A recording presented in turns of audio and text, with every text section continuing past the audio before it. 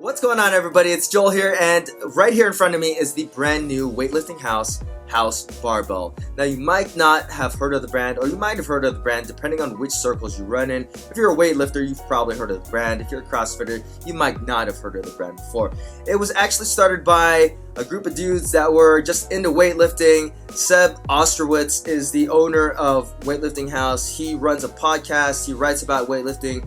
He's very passionate about the sport, and it's really nice to see that someone that might actually be the end user of a product had his thoughts and design aspects go into the actual manufacturing of the product. Now, they don't really sell a whole lot of things on the website, pretty much just shirts and this barbell. So you know that a lot went into actually manufacturing and branding and putting this barbell out for the weightlifting community. So starting off with the build quality and construction of the house barbell, to be honest with you guys, I have no clue where this bar is actually from, but if I had to guess, I would say that it's probably sourced from China. It has a lot of the same construction cues of barbells that I have seen and come across that I know have been made in China. But there's absolutely nothing wrong with that. Some of the best barbells that I've used have been sourced from China. The overall construction of this barbell is excellent. There's not a whole lot of play side to side in the sleeves, up and down. There's not a whole lot of gap in between the bushing and the actual shaft of the barbell.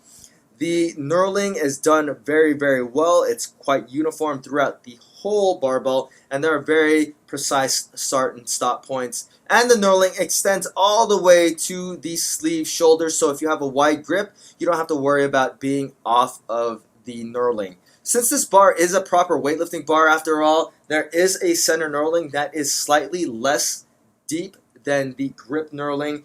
The whole coating of this barbell from the sleeves to the shaft is going to be a hard chrome coating, which should resist against scratches pretty well, but make sure that you wipe it down after use so that moisture doesn't get stuck on it, because hard chrome can rust over time. So going back to the knurling of this barbell, I personally like a lighter or medium depth knurling because I need my hands to be functional for all of the other stuff that I'm doing in the gym that don't include weightlifting. So if you are like me and you like a lighter depth knurling or a finer knurling, then you're gonna love the knurling of the Weightlifting House barbell. Now, if you liked a cheese grater shark tooth knurling, this probably will not be the barbell for you, or if you have really sweaty hands, this probably won't be the barbell for you. Comparing it to the Rogue weightlifting barbell is probably going to be its closest in depth and pattern. It's pretty similar to the American barbell pattern, although I'd say the American barbell is probably a little bit lighter in depth. The Eleiko's knurling is going to feel like shark tooth knurling compared to this. And for those of you that have tried the Usaka knurling, this is also going to be quite a bit more fine than that as well. Most of you have probably used a Ohio bar in the past, and that would be shark tooth knurling compared to the Weightlifting House's knurling. Even still, the grip of this barbell is excellent, and I have never had any issues not being able to hold on to the house barbell. So about the center knurling of this barbell, it is definitely present, and you're going to feel it, but it's not deep enough to chew up your collarbone or ever be uncomfortable. It actually provides really good stick against your skin or whatever shirt that you have on. In my opinion, this is the way that center knurling should be done. Sometimes it's a little too light, sometimes it's a little too deep. And this, for me, is perfect. The shaft rotation of this barbell is excellent. There are 5 needle bearings per sleeve, and the shaft rotates smoothly and consistently within the sleeves without any kind of over rotation. Usually with hang snatches or hang cleans, I can get the sleeves rotating a little bit more than I would like to, but that has never been an issue for me with the house barbell. Usually with cheaper bearings, you'll see that they'll just start over rotating or spinning extremely fast, and that can actually be a burden when you're lifting heavier weights. I would say that the house barbell spin most closely resembles the Rogue weightlifting bar and the Klokov weightlifting bar, and that it is much faster than both the Eleiko NXG or weightlifting bar and the much slower Usaka competition bars and the American Barbell Performance training barbells. I would say that the whip of this barbell is pretty good. It's got a 201K PSI tensile strength shaft that is 28 millimeters in diameter.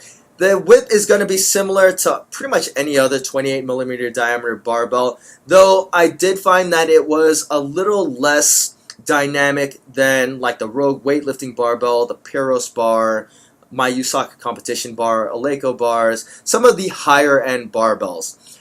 Is it going to be plentiful for most people? Yes. Personally, I'm not putting up enough weight as to where I would even be able to feel it or even use it.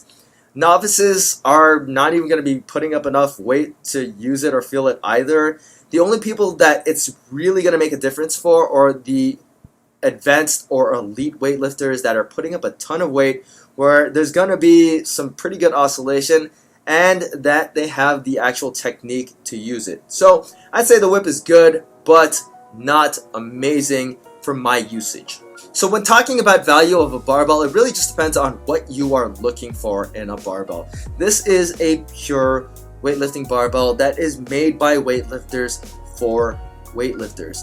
It retails for $450, which is the pre-sale price. You can still order it at that price, and then after that it's going to go back up to its normal price of $500. At $450, they could not even keep this barbell in stock, and it sold out like that. So I definitely feel that this barbell is reasonably priced. For a little bit more, you can get the entry-level Rogue weightlifting barbell, which is also a really good barbell. And then for about $100 less, you can get the Klokov Sport barbell that has slightly less aggressive knurling, and then it doesn't have center knurling at all, but it is also a pretty good performing barbell.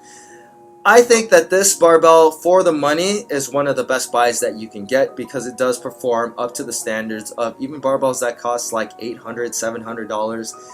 I honestly think that it performs better than my Eleiko NXG barbell, but that's just me. I don't think that it is quite to the standard as my Usaka competition bar, which is like my favorite bar of all time, but it also does not cost $1,000. So I think for $450, the house barbell hits a sweet spot in the value pricing category and should suffice pretty much any lifter that is looking for a good training barbell.